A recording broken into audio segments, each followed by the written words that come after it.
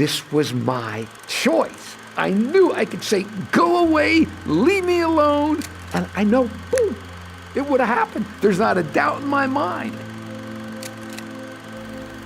You sure it's recording? Ladies and gentlemen, we are about to present to you, to make the first statement of the evening, Clifford Goldstein. The bear went over the mountain, the bear went over the mountain, the bear went over the mountain to see what he could see. I want to do my radio on. No, that's silly. We now hear a few words from I grew up in Miami Beach in a secular Jewish home. Did a lot of travel when I was young. I saved up my money when I was in high school, went through Europe and North Africa. Then I came back and I went to junior college. I worked also at the Miami Herald as a copy boy. Bummed around Europe for a number of months, and then I went up to Sweden. Then I came back and I went to the University of Florida at Gainesville. At that time of my life, I was into skydiving. I mean, every weekend at Gainesville, people are going to football games or whatever. I went out to a place called Palatka. I went skydiving.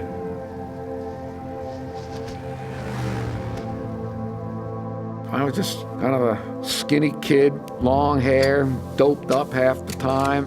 But I always knew inside, I knew I had a lot of creative ideas. There was just this creative thing in me that I didn't understand it, but I knew that I had it, and I knew I was going to do something with it in my life.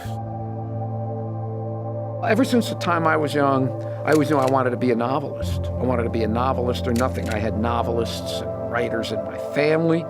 I just knew I wanted to write. I write papers and I write things and the teachers would think, you didn't write that, did you? So I just knew there was something there with that. I had started a novel my senior year at college, and it just possessed me. The book controlled my life more than I controlled the life of the characters inside the book. That novel was my life. Nothing else mattered to me more than this book.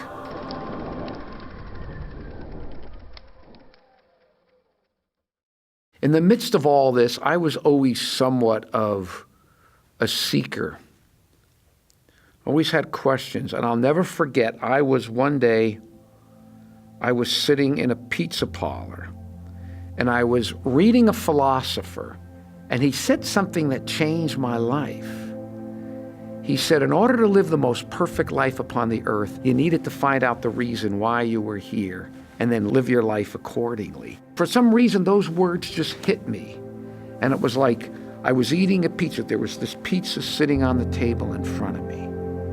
Now, you could have had 1,000 different people with 1,000 different concepts of how the pizza got there. Maybe they thought the god Marduk created the pizza. Maybe aliens dropped it out of the sky from a flying saucer. Maybe it evolved out of the ground. I don't know, you could have had 1,000 different people with 1,000 different views on how the pizza got there. Somewhere out there, there had to have been an explanation for the pizza. And then at that moment, I was maybe 21 years old. It hit me. In the same way that there's got to be an explanation for the pizza, something had to explain the existence of the world, the existence of the universe. Something had to explain it, and whatever that was the truth, with a capital T, about the universe. And that changed my life. I walked out of that pizza parlor, and I can still remember walking down the streets of Gainesville, Florida at night, thinking if it were humanly possible to know what this truth was. I thought I wanted to know it. I didn't care where it led me, what it cost me, what I had to give up.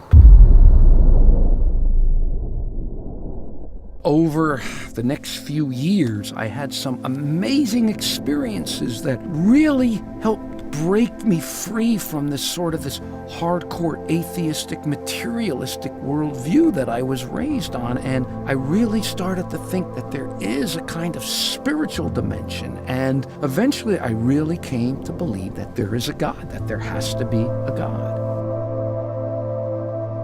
One night, the Lord came to me and just said to me, "You've been playing with me long enough. If you want me tonight, burn the novel." And in that instant, the Lord showed me that that novel was my God. And it was. Nothing else in the world meant more to me than that book. That book was everything to me. It was my God. I was 23 years old. It was 2.5 years of my life. And at 23, 2.5 years is a lot. I poured everything into it. I mean, I barely had a dime to my name. I was living in a student ghetto, barely had enough money to eat because all I was doing was pouring everything into the book. My friends were getting degrees in this and getting degrees in that and doing all this other things. And I never had, and I poured everything into this. But then it's fascinating because I had all this back and forth. And then finally, at one point, I surrendered. I said, okay, God, I want you. I want truth more than I want this book. And once I made that choice, I made that surrender, all the turmoil, all the struggle, everything lifted. I had no idea the cross. I really had no idea what Jesus Christ had done for me. No idea the plan of salvation. All I knew is I came face to face with God, and he told me this is what I had to do. And once I made the choice, I didn't have a qualm. I didn't have a doubt. Well, all I remember is I would go home to my apartment, and I had this manuscript, about 2.5 years' work. And I had this little hot plate that my mother had given me, hoping I'd cook food. And I remember putting the manuscript on there, and I remember thinking to myself, I snickered to myself, thinking, oh, Cliff, you're too much with this. And I turned the knob and burned the manuscript. It was 1979, and I've never been sorry. My life radically changed, and that was the night I became a born-again believer, and I still don't know how I did it. It's a miracle of God. And you shall seek me and find me when you search for me with all your heart. Jeremiah 29:13.